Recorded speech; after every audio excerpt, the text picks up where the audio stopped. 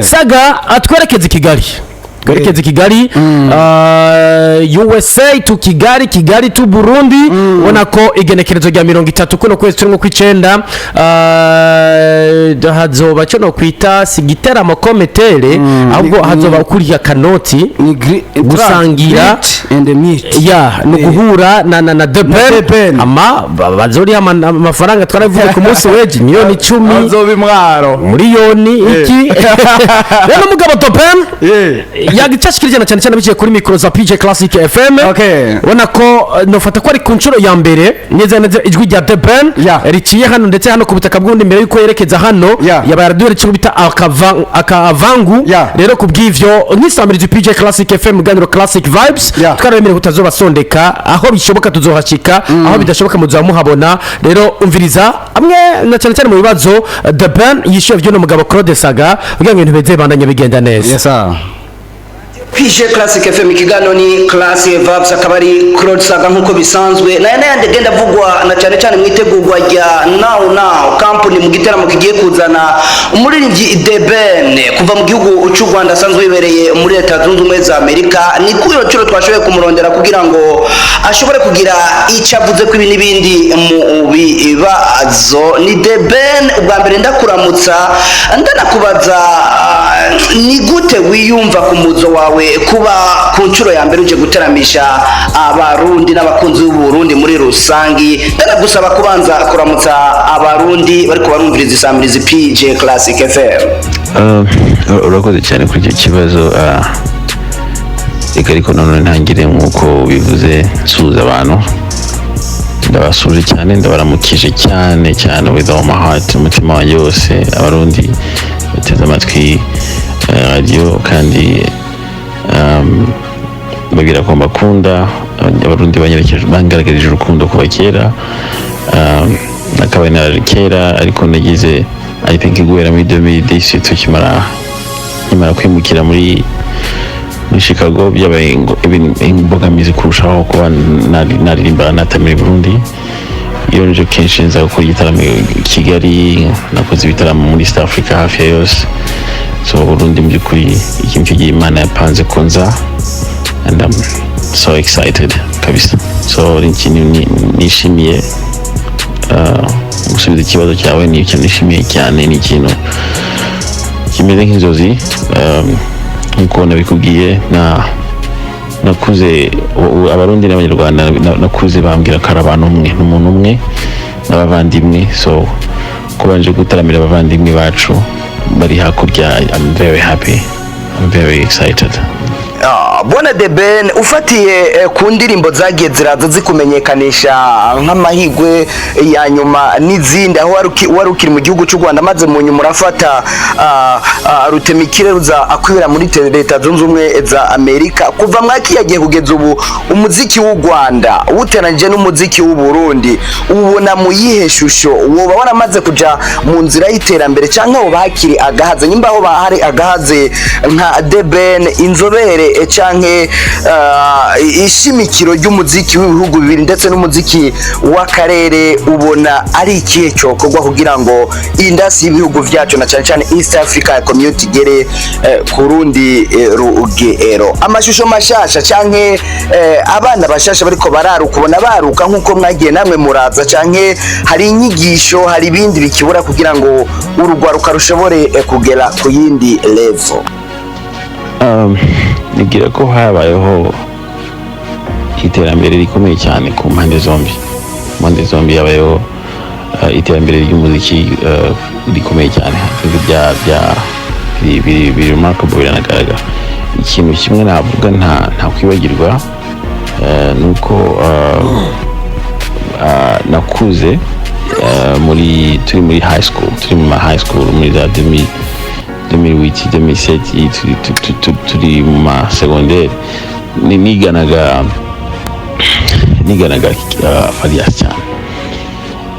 Farias cyane gwenye yari mu myaka ya nyuma niko ndi gusoza high school nigana Farias nakundaga umuntu witwa Kidumu sana n'abantu nakundaga nateze amatwi. So obviously urabyumva ko umuziki w'abarundi wanyinspire ngewe personnellement n'ikintu nanashimira aba legende cyane kuko nk'umuntu nka Kidumu naramubwiye twarahuye ndamubwira ati Kidumu iyo ataba wowe sinzi nimba nari kuba narakoze muziki ukumva Farias nabwo nakagize amahirwe yo guhura nawe ngo mbimubwire ariko ubu turavugana kuri telefone umuntu wagiye supporta cyane wagiye supportinga kuva kera amajambo meza akomeye ambwira ati Ben keep it up so urumva muziki ndundi nibaza ko waduhaye watwinspire most of us generation yacu tukaba inspired by Burundi music and then of course ukatusimbuka kujya muri industry y'abanyamerika bibaze ko muri East Africa yose twakundaga Burundi music then murakazasimbuka kakagenda hirya na bongo flavor ikomeye ijya mbere ariko Burundi music was on top kuri njyewe so rero nibaza ko abayiterambere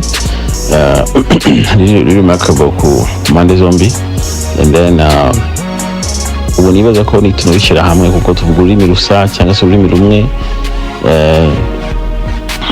dushobora kuba twakora amateka isi yose ikatumenya turamutse tubishyize hamwe tugakora ibintu bimwe tugakora ama collab together tugapushinga tugafana ibintu ku rwego rumwe twabisha ku rundi so I'm not sure nimba nisubira ikibazo cyawe ariko nibaza ko habayeho iterambere I think nibutse ikindi bambajije kijyanye na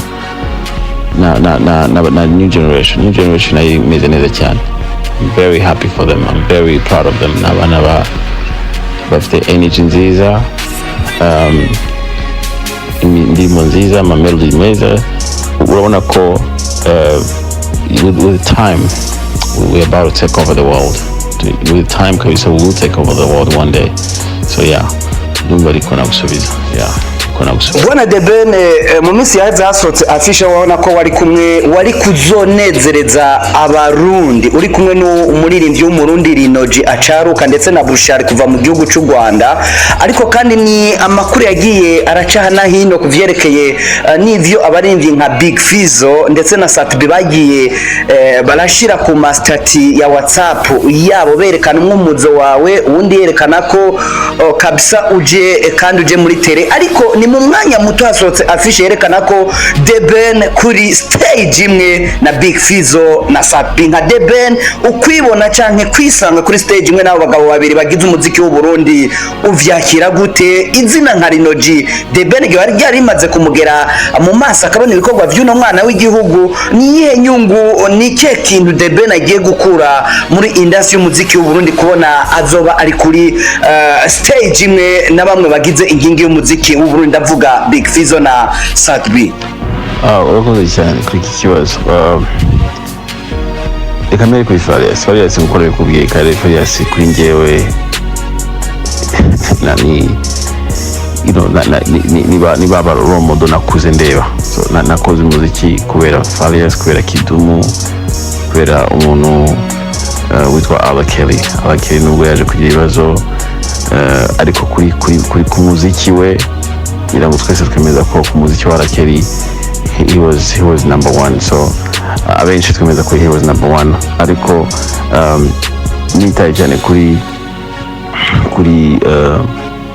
Kidumu na Farias muri East Africa cyangwa se me growing up ngiye mu gukura kwanjye nibo bantu nakuze ndeba numva nshaka ebanaka you have no idea so having rero umuntu nka Farias for the first time kuri stage yanjye bizaba ari ibintu by'agaciro cyane bincisha bugufi nkumva I'm honored kuba ariho hanyuma SUBCRIBE nakunze indirimbo ye ya mbere yitwaga Satura Amabafle so I didn't follow up so much n'izindi ariko Satura Amabafle muravuga sasa uyu nguyu this is wonderful umva numvisha nyine it's a new vibe nshyashya iri guturuka i Burundi ukumva naba nkubeshye ndamutse nguye ko narizi Rinoji naba nkubeshye kabisa ariko maze kumenya ko aje kuri line up nagiye kumutega amatwi ndavuga ngo wow what a talent umva what a talent ko nyimara kumenya ko ari kuri line up yacu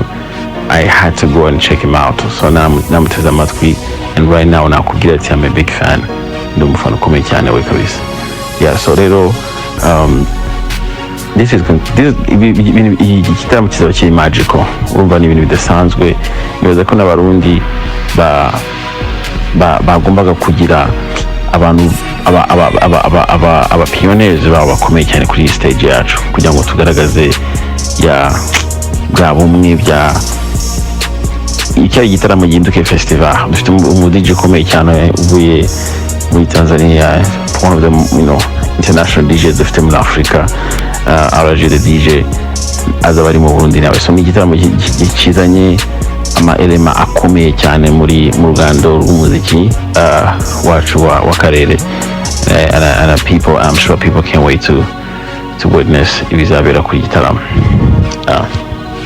Bwana The Ben ni industry ndavuga Burundi n'u Rwanda byemye ibihugu vyerekana ubumwe, message ku Barundi, message ku Banyarwanda, na cyane cyane inyuma y'icyo gitaramo bashobora kugendera ko kugira ngo industry zibiri zo zame ziri magiriranire nk'uko byanye maze bishobore kuza bivyara umusaruro aha n'ahandi, ndetse na message ushobora gutanga kwaba n'abandi bazitabira icyo gitaramo, haba Barundi haba Abanyarwanda ndetse n'abakunzi b'ibihugu bibiri vyombi. Ese Miss Pamela muzoba muri kumwe mu giteramo cange kuko n'abandi bagenda baravyibaza? Reka tugushimire no ku mwanya uduhaye. Insamirizi PJ Classic FM, kiganiro ni Classic Vibes. First of all, I'm very excited. Ntabwo nakubwira urwego excitement zanjye ziri hejuru cyane, urumva. So I'm looking forward kuri iki gitaramo biteye ubwoba ku buryo even Pamela yarandahiye ntabwo yasigara. So yarandahiye yarambwira ati ntabwo yasigara, ngomba kumuzana. So Pamela tuzazana, akunda Burundi we cyane. Noneho ndavuga ngo nkunda Burundi ariko we arandenze kuko afiteyo n'inkomoko. So rero ni ikintu kinini kitwaye agaciro cyane, ni ikintu twaye agaciro kandi ndetse n'Abanyarwanda bose bahaye agaciro, kuko nibaza ko abantu bazava mu Rwanda bageze hafi muri 2000. Dufite abantu benshi bashaka kuza mu gitaramo barenze 2000, actually abantu benshi cyane bashaka gusha. Ibi nanagira ngo binabe intangiriro ndabizi ubumwe bw'Abarundi n'Abanyarwanda busanzwe buhari, busanzwe bwarashinze imizi, ariko ndagira ngo bibe ikintu gikomerera especially mu rubyiruko, kuko twebwe urubyiruko niko tugomba kuba kugaragaza izo mbuto ababyeyi baduhaye zihari z'urukundo no kuba hamwe no gufashanya.